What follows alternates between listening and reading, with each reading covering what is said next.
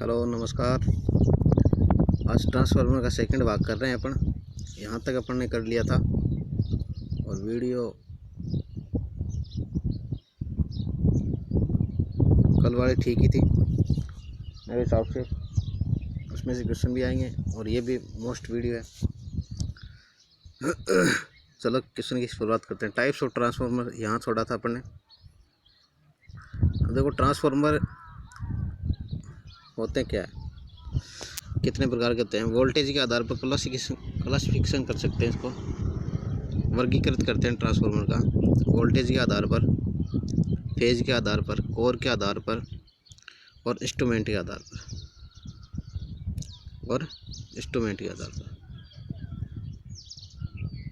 तो वोल्टेज के आधार पर देखें तो वोल्टेज के आधार पर दो प्रकार के ट्रांसफार्मर होते हैं,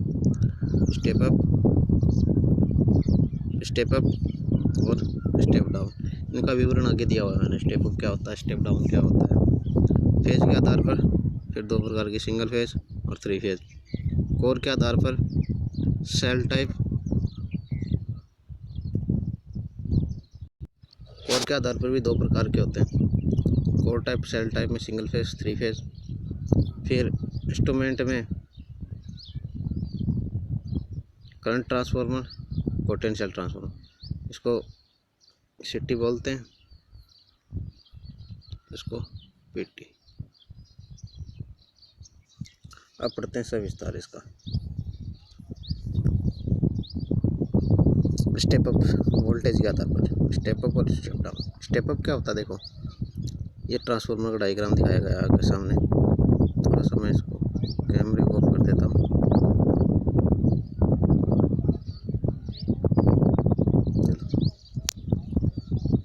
स्टेप अप स्टेप डाउन। देखो ये ट्रांसफार्मर बनाया गया, इसकी प्राइमरी वाइंडिंग और सेकेंडरी। प्राइमरी वाइंडिंग में टर्न की संख्या कम है। टर्नों की संख्या क्या है,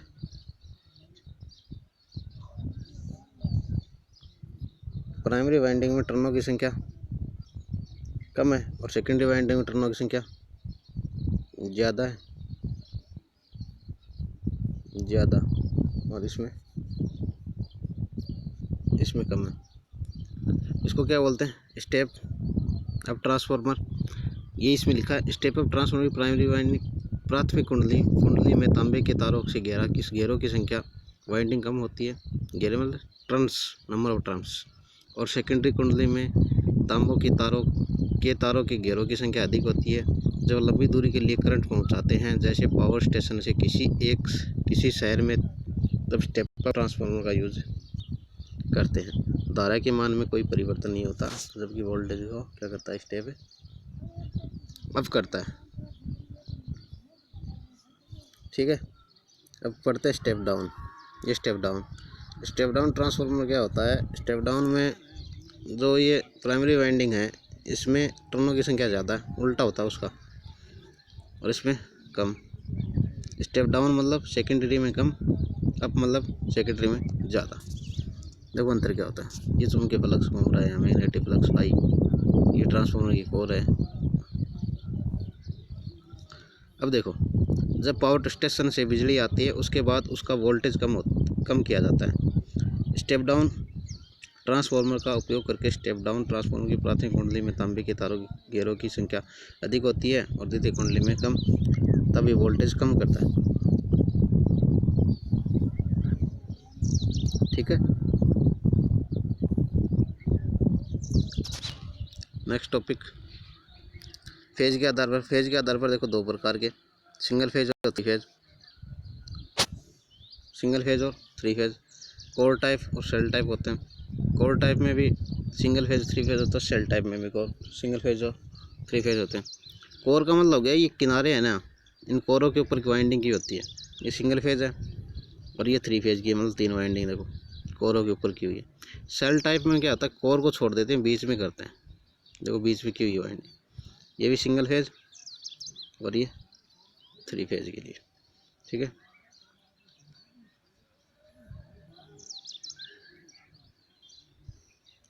सिंगल फेज ट्रांसफार्मर क्या होता है, देखो एसी की सिंगल फेज पावर सप्लाई एक फेज और एक न्यूट्रल के लिए जो ट्रांसफार्मर काम में लिया जाता है उसे सिंगल फेज ट्रांसफार्मर कहते हैं। सिंगल फेज ट्रांसफार्मर क्या होता है, जिसमें एक फेज होता है और एक न्यूट्रल होता है, उसको बोलते हैं, उसे सिंगल फेज ट्रांसफार्मर कहते हैं। ये सिंगल फेज से मिल रही पावर सप्लाई वोल्टेज को घटा बढ़ा सकता है। ये दोनों प्रकार के होते हैं ना, फेज के आधार पर, स्टेप अप और स्टेप डाउन। थ्री फेज में क्या होता है, थ्री फेज में 3 फेज आएंगे, आर वाई बी। आर का मतलब रेड हो गया, रेड, ब्लू, येलो, लिखाने जा रहा हूँ, वाई एल डब्ल्यू, येलो। जो ट्रांसफार्मर की 3 phase power supply R B Y या आर वाई बी एक ही बात है, और न्यूट्रल के लिए काम में होते हैं। मतलब 4th वायर रहता है इसमें, एक आर हो गया, दूसरा वाई हो गया, तीसरा बी हो गया, चौथा भी बी, मतलब ब्लैक, जो न्यूट्रल के लिए होता है, इसको न्यूट्रल भी बोलते हैं।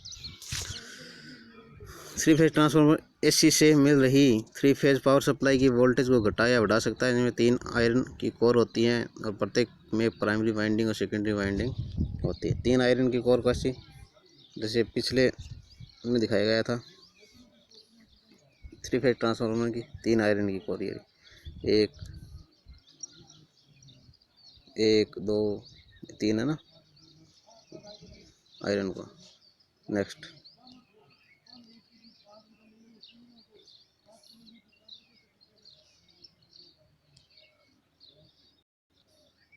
इंस्ट्रूमेंट, ऐसे ट्रांसफार्मर जो किसी इंस्ट्रूमेंट या युक्ति की तरह काम करते हैं, जैसे वोल्ट मीटर है, एमीटर है, वाट मीटर है, ये इंस्ट्रूमेंट ही तो है सारे सारे। उसकी तरह जो काम करे ट्रांसफार्मर, वो होता है इंस्ट्रूमेंट ट्रांसफार्मर। अलग अलग प्रकार के काम में होते हैं, जैसे कि वोल्टेज को कम करना या वोल्टेज को मापना, या करंट को कम करना या करंट को मापना। ये 2 प्रकार के होते हैं इस आधार पर। एक तो होता है सिटी, सिटी के full form current transformer, PT potential transformer. इसको धारा मापी ट्रांसफार्मर बोलते हैं। और ये विभव मापी या वोल्टेज मापी, ठीक है। अब देखो सिटी क्या होता है, करंट ट्रांसफार्मर।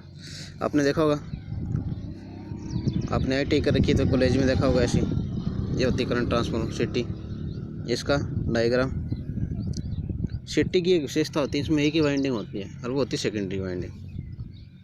ये सेकेंडरी वाइंडिंग की होती है इसके अंदर ये कि 2 तार निकले होते हैं, ये सेकेंडरी वाइंडिंग की होती है इसके अंदर।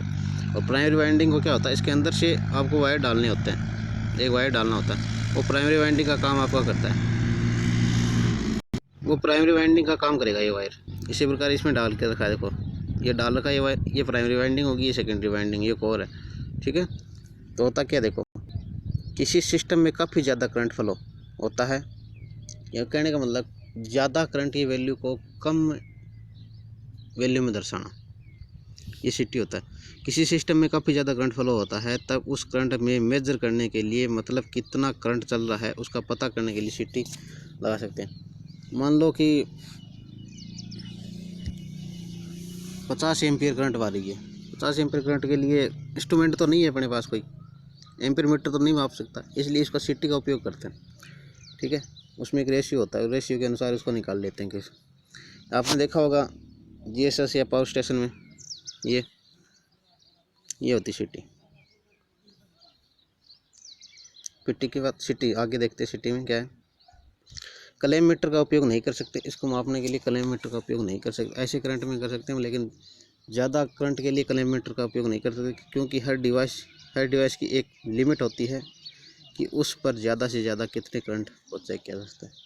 2 4 8 एम्पियर के लिए तो अपन यूज़ कर सकते हैं, लेकिन उससे ज़्यादा करंट के लिए अपन इसका यूज़ नहीं कर सकते, इसलिए सिटी का यूज़ करते हैं, क्लेम मीटर का यूज़ नहीं कर सकते। इस वजह से क्लेम मीटर क्या जल जाएगा, इस वजह से जहाँ पर हमें ज़्यादा करंट चेक करना होता है वहाँ हमारे पास सिर्फ एक ही डिवाइस होता है, जिसका नाम है सिटी, मतलब करंट ट्रांसफार्मर, ठीक है। ये थ्योरी है, लिख लेना, पढ़ लेना, नोट्स बना लेना अपने। उदाहरण सहित समझाया है मैंने, देखो ये उदाहरण है, सिटी का नहीं समझ रहे हो तो आप ये उदाहरण से समझ जाओगे। उदाहरण जैसे कोई करंट ट्रांसफार्मर है जिसका सिटी रेशियो 1000/5 है, इसका मतलब है कि जब सिस्टम से 1000 एम्पियर करंट निकल रहा है तो 1000 एम्पियर के लिए तो अपने पास वो नहीं होता ना, एम्पियर मीटर नहीं होता। तब सिटी उस 1000 एम्पियर को 5 एम्पियर में बदल कर हमें आउटपुट देगा। और अगर हमें 1001 रेशियो की सिटी हमारे सिस्टम में लगा रखी है, तब ये सिटी वायर में बहने वाले 1000 एम्पियर को आउटपुट वायर से 1 एम्पियर में बदल देता है। इसका रेशियो निकाल लेते हैं फिर। इसी प्रकार पिट्टी